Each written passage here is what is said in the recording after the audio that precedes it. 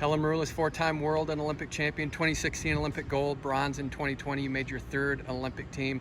What's this process been like for you, making your third team? You said you're near the end of your career. How's this feeling right now? It's been amazing. It's definitely different. It's my third time around from my first go, so I feel so much more at peace and calm and just confident, really content, and just like soaking in every moment, especially with kind of this thought in the background that like this is probably potentially my last games. Yeah, you just want to enjoy everything. How do you find that calm? Through God, through prayer, through meditation, through intention, through journaling, and I think just like perspective, you know. When you're younger, it's like this seems like the end all be all.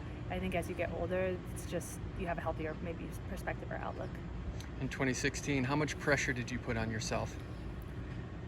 In 2016, I don't think I had pressure. I don't think I put pressure on myself like, oh, I have to win. I just think it was a really, really high stress situation with it's like, how do you know that you've done everything to not waste an opportunity, but that, and to also know that you're prepared to do something you've never done before. So you're like constantly like, is this enough? Is this enough? I'm doing enough. Am I doing enough? Should I do more? Like, is it too much? And I think the pressure is like kind of just more in that like, did I waste this gift? Did I waste this opportunity? This talent is, you know, and then after when everything came together and it worked out, it's like, oh, okay, cool. I think I don't feel as much kind of that type of pressure anymore. That was 8 years ago. When do you realize that enough is enough when it comes to training? I would say that my body, I'm very attuned and in tune with my body. So I'd say my body tells me a lot of times, and I definitely just have to be very like mindful and just very aware and in tune with my body. And so then also just like having great coaches and great plan and a great system. How about that system? Lee Pritt's still part of your system right now. How has he helped you evolve? Yeah, so I work with Lee Pritz and Angel Cejudo and the kids over at Valiant, and it's just amazing. It's just like really I'm just pinching myself that I get to pursue you know, potentially the last year of my career in this way, and with these great people, great coaches, and they help so much, and just like super selfless and just taking the time to help me grow, and also understanding just the collaboration or the collaborative process that it becomes with a maybe like an older athlete, and so also giving me like my you know, free space or free time or my input. And yeah, I love it out there. Do you still enjoy this process? It seems like you do. Yeah, I do. I love it. I've had so many cries. Like just yesterday, I'll just start thinking like, I'm not gonna feel these nerves again. I'm not gonna feel this exact thought that I'm thinking, and I'm not gonna be 4 weeks out from this tournament anymore. You know, whatever it is, it's just I'm grateful for all of it. I love it. It's like the nerves and even the like the doubts or the questions or whatever it may be. It's like, I don't know, it makes me feel alive, and I just feel super driven and purposeful in pursuing all of it. How do you show gratitude? I show gratitude. I would say I try to live my life as an expression of gratitude, but more specifically, I definitely do keep a gratitude prayer journal every morning, and I would say that sets my day up for me to be in that mind space. And then also what you focus on, you get more of. So I look for it in everything, and I'm just feel like everything's a blessing. Even when something's tough, even when something doesn't go my way, it's like, okay, I'm grateful for this. What can it teach me? How have you accepted the role of being the face of women's wrestling? I don't know that I've I don't know. I would say that I'm really honored and humbled for all the women that came before me, and all of our amazing wrestlers that are coming after. And so for this time in my life that I get to represent women's wrestling, I'm incredibly grateful for, and I definitely take it very seriously. I want, you know, younger girls to look up at some of the older athletes and be inspired and be motivated and believe that they can be here and they can do this, and to also know and believe that it's a beautiful experience, and it will give them a lot in their life. Journaling is a theme here. What kind of specific things are you writing in your journal, whether it's gratitude or things you want to accomplish? All my emotions. I'm just kidding. And that helps. Yeah, so I was reading a book once, and it was talking about if you journal just the event, or if you journal just your emotions, that's one thing. But when you journal the event plus your emotions with it, it helps you to process and heal through things. And so it's like, I just love writing stuff down. I also I love documenting things. I feel I feel like I hear God speak to me through my process of journaling, and so I like to record everything, because then when I go back and read through it, I'm like, oh, like I said that, or man, God was really speaking to me about that, or okay, I'm struggling with this issue now, but I can go back to this journal and read about how I got through it a couple years ago, and it just it helps me a lot, and I just like having everything documented. I mean, I think my journals are more valuable than my gold medal if I had to like keep one of them, because that contains all the memories of like this whole journey and experience. How often do you go back to them and read what you wrote? Right now, all my journals are, like most of them from the last couple of years are, I brought them all home to Maryland, to my parents' house. But every time I go home, I'll always pick one, and they're each by year. And so right now I have like probably the last year and a half of journals at my place right now. So I would say like once every couple months. Or really if I need, there's been times where it's like I'm going back to this thing for a while because I'm stuck. But right now I've been in like a really great flow state, so I would say I'm just more journaling rather than rereading. How do you prepare for your competition? Sakurai, someone that you've wrestled. How do you prepare for that with a possibility of wrestling her again? Oh, I'm like super excited for that. So I think like the jaws are official, so I'm pretty sure we're on the same side. And I've been preparing for her for the last 2 years, which was like a very similar process of also just preparing for Yoshida. You know, you lose someone, and it's like, hey, you got to pay attention, you got to make the adjustments, you got to prepare. So I definitely am like very excited and confident, and I'm preparing for everyone. And honestly, I think I maybe prepared too much for her last year, to the point where I made the necessary adjustments to defend certain things, but then I wasn't really focused on myself and what I need to do. So to be honest, I've done the preparations, but I'm now more focused on myself. Are you as skilled as ever? Do you feel like your technique is sharp and you're right there as good as you've ever been? Yeah, I really do. It's the Jesus here, I don't know.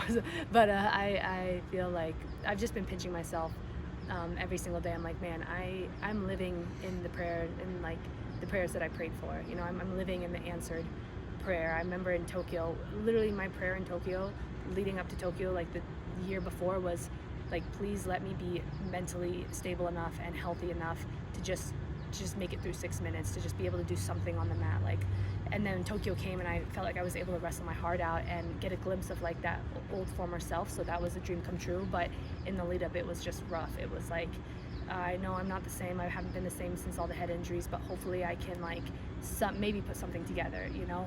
Whereas this time around, I'm like, I just blinked once and I'm like, wait a minute, I'm like really truly fully healed. Like, I'm really pursuing this better than ever. Like, this is such a blessing. So the head injury is gone, feeling completely fine with all that? There's like stuff that I have to stay on top of that I probably will for the rest of my life.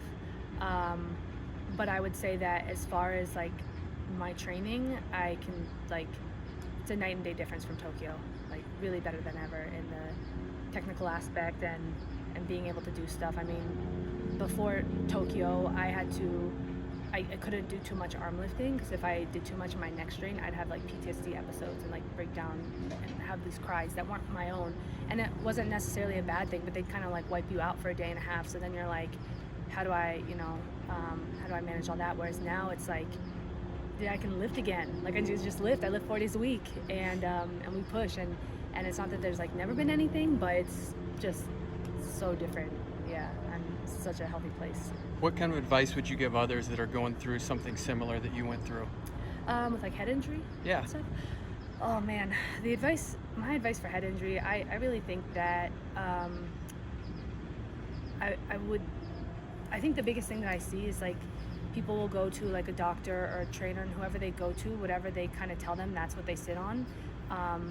And I really think that you need to be a little bit more proactive. I think there's a lot of like state-of-the-art, newer, revolutionary like techniques and therapies out there. It's just, you gotta go work to find them and to get them. And I think you do have to spend a lot more time staying on top of managing your head and your health first, and put wrestling like lower in the priority, so that once you're healthy, then wrestling can come back up. But a lot of athletes, it's like, just how do I get back to wrestling? How do I get back to wrestling? And then they're back, but they're never fully the same.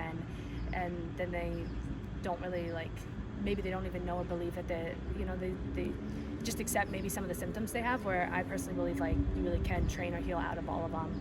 There's a lot of great stuff out there. And then how about that dark space where you wonder what your purpose is and how to get out of that? What advice would you have for that? Yeah, I think as humans, you know, we need to have purpose. So I think if you're in that space where you're questioning your purpose, I would say it's always just good to take a step back and breathe and maybe ground yourself. I obviously would always suggest praying and just asking the question, like why am I here? What brings me joy? Like, this is one thing that I really learned was for myself, was like, okay, God, if I just live and then I die and that's the human experience, like, do I really need to go win something? Or like, also, can I just go play my harp for 20 minutes a day and feel happy? Like that literally makes me very happy. Or I go do a dance class and like that gives me a lot of joy, and wrestling gives me joy too.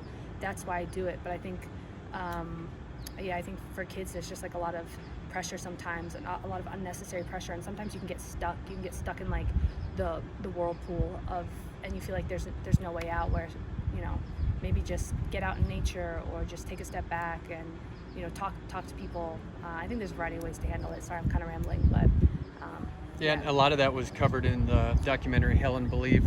Good reviews on that. Is that going to be available for people? Yes, after Olympics. I'm super grateful that they waited, and we're holding off till after these games. About a year ago we talked about it, and it was just like, I'll be able to be more present after, and so I'm very grateful for that. So super excited for that to come out. How about one skill or one thing that you would tell a first-year wrestler when they're getting into the sport that you say is fundamental to growing in this sport of wrestling? I would say for a wrestler, instead of learning moves, the very first thing you should learn is body position.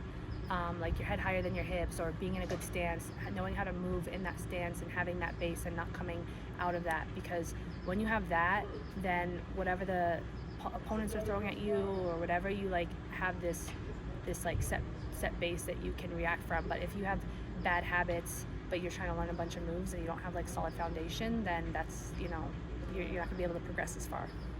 And you mentioned this might be the end of the run. Is there a possibility we'll see Helen past these Olympics? There's a possibility. Okay. I literally treat every games like it's my last. One, it just feels great too, because I don't know, I think it just makes me wrestle my heart out. And then also because I really am, I don't know what God's plan is for me after, so there's a lot of other stuff I want to do in my life, so we'll see. But never say never. Helen, thanks for the time. Thank you so much.